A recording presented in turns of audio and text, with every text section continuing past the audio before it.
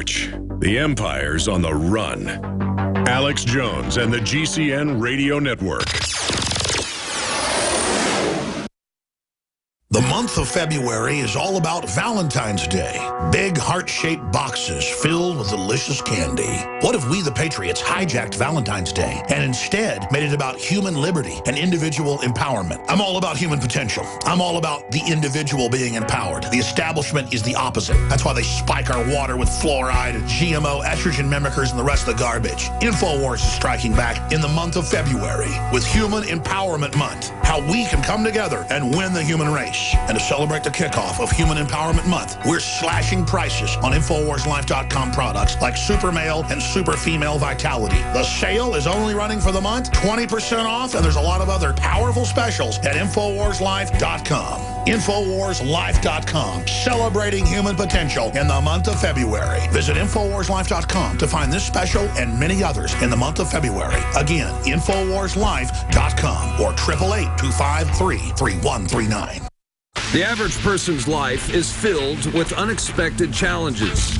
Unlock the energy it takes to defeat these daily beasts with Super Male or Super Female Vitality, specifically designed to assist the body in regulating proper hormone balance to create superior vitality in males and females. Supercharge and conquer your world at InfoWarsLife.com or call 1-888-253-3139.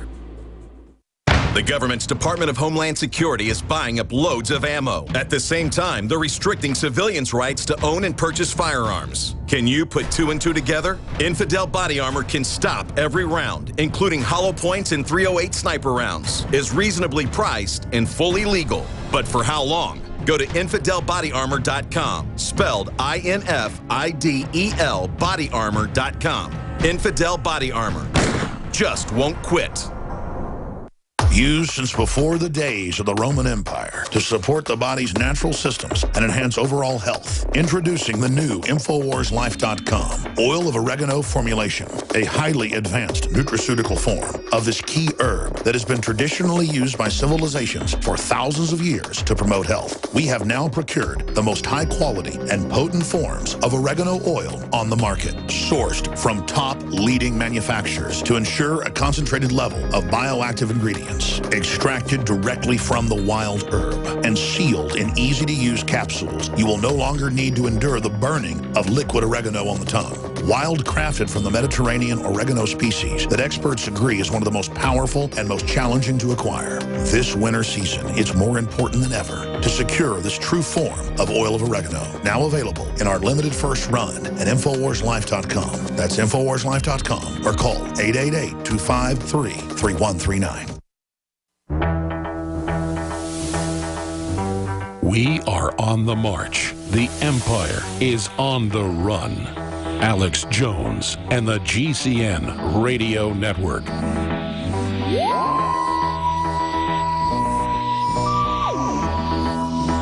Welcome back to the Alex Jones Show. I'm David Knight, your host today. We have Paul Joseph Watson on the line with us from the UK. We have some callers who are lined up to ask Paul some questions. Before we go back to Paul, though, I want to let you know that we have a February special at InfoWarsLife.com. It is Super Male and Female Vitality, a unique formula, completely free of GMOs, harmful additives, gluten, and it's made in the USA, specifically designed to assist the body in regulating proper hormone balance to create superior vitality in males and females. Right now, with this February special, you can save 20% off of either Super Male and Super Female. You can get it in any combination. You get 20% off for the month of February. Now, also in the next hour, we're going to be joined by Dr. John Dunn, a physician of 44 years, an attorney for 36 years. He specializes in the juncture of science and ethics. Particularly, we're going to be talking about yet another case we see from the EPA of human experimentation. So we're going to talk about the medical as well as the ethical issues of that with Dr. John Dunn from junkscience.com. That's where he is an editor. Of course, he's involved as a policy and science advisor for another number of institutions. But he's going to be talking to us about yet another case of human experimentation by the EPA. Because you know what? Your informed consent doesn't matter anymore. That's what we got everybody screaming at the top of their lungs from both the left and the right, Fox News to CNN to C-SPAN, not C-SPAN, but CNBC, I should say, and MSNBC. They're all saying, hey, just shut up and do what the government tells you, because they've been to school and they know the names of all the body parts inside of your kid, even the parts that are inside. Let's go to some of your calls. You had some questions for Paul Joseph Watson. Let's go to Casey in Louisiana. Casey. How's it going, guys? Doing good. What's your question? Really, it was a comment. I was really calling to agree with him whenever he mentioned about Facebook, how you can post something mindless and you get many hits versus posting something for real. I've shared your articles and I've shared different things for years with InfoWars and other stuff I find and get no comment, no return other than maybe my father. And then if I post something stupid, like a guy jumping on somebody's face and chewing it off in Florida, oh, everybody wants to talk about it. Or a guy breaking into a house thinking he's a vampire. You know, so I just withdrew all my consent from Facebook and deleted my account. Yeah. And I have no need for social media, but I watch my family and others go through it, you know, and they get with me and they say, oh, well, you don't post none of your daughter's picture. Oh, you got to get back on there. You know, I said, look, hey, do it the old-fashioned way. Break out the photo album, you know. I mean, that's going to be a thing of the past, you know. Absolutely. So, you know, we were just talking with Paul. I'll let Paul comment on this, but one of the cars that was offered at the Consumer Electronics Show, of course, this year, the Consumer Electronics Show in Las Vegas was all about self-driving cars. And, of course, the one that was probably the most complete was the Mercedes that was rolled out. And one of the things that they had were these large virtual displays on the door so that you could, instead of looking out the window, you could look at this display that had cameras showing you views of the outside. And it's like, wow. I remember when we just used to look out the windows and it was this real 3D reality. It wasn't virtual reality. I mean, to me, that just seems incredibly silly. is that the same kind of car that Michael Hastings was driving?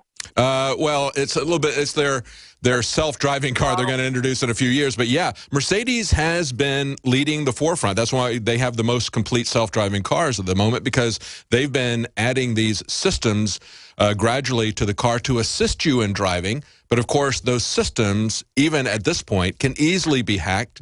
Richard Clark, former advisor, Homeland Security and security issues, pointed that out during the Michael Hastings inquiry. Said, hey, we've done this before. We've hacked cars before. We can make them crash just by hacking into the systems. So what are they going to do when they take over complete control of your car? Paul, do you have a comment? Yeah, just on Facebook, you know, people say, why don't you just delete your Facebook account? Well, that's where the audience is. You know, Facebook still has 5 times the amount of users compared to Twitter. So if you actually want to try and reach anybody, that's not really a solution. What's interesting to me is there's a story out of the AP today. Robbery suspects say Facebook posts about inheriting jewelry made them target home. So somebody posted the fact that they just inherited a bunch of jewelry, and then men wearing ski masks arrived shortly afterwards. So yeah, the fact that people are posting pictures of their children is completely insane. I can't even imagine why you would entertain that in the first place. But for people using it to spread information, it's a very good tool, and that's why we use it. But as the caller said, Facebook deliberately relegates anything serious. They promote mindless stuff about people, you know, falling over, having accidents, funny stuff like that.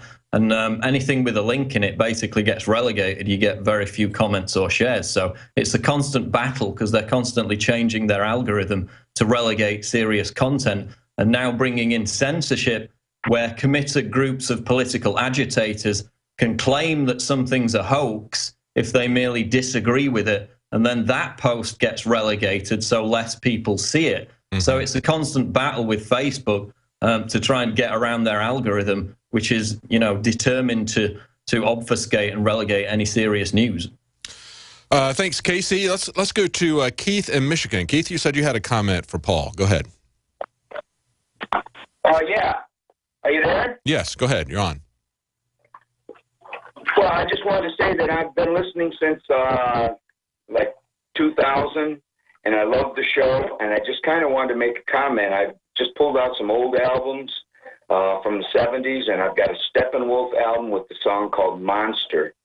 And it just reminds me, it's just so much about what we're talking about. Monster on the loose. It's got her head into a noose, and it just sits there watching us. It's like Big Brother.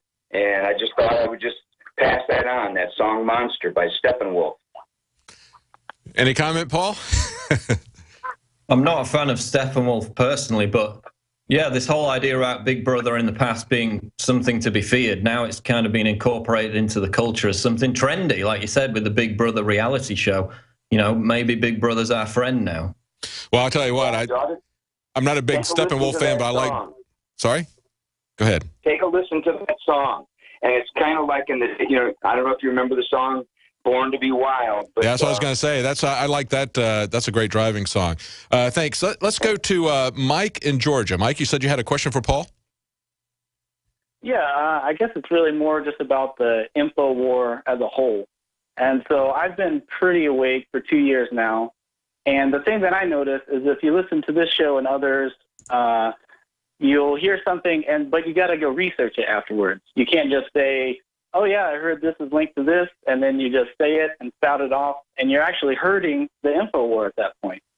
If someone says something and it sounds bombastic, when you have the free time, get on the internet and read about it. You know, the thing to me that I've been learning, and I don't know how to really approach this, because obviously you want people on your side, but you want informed people on your side, is so like vaccinations and autism.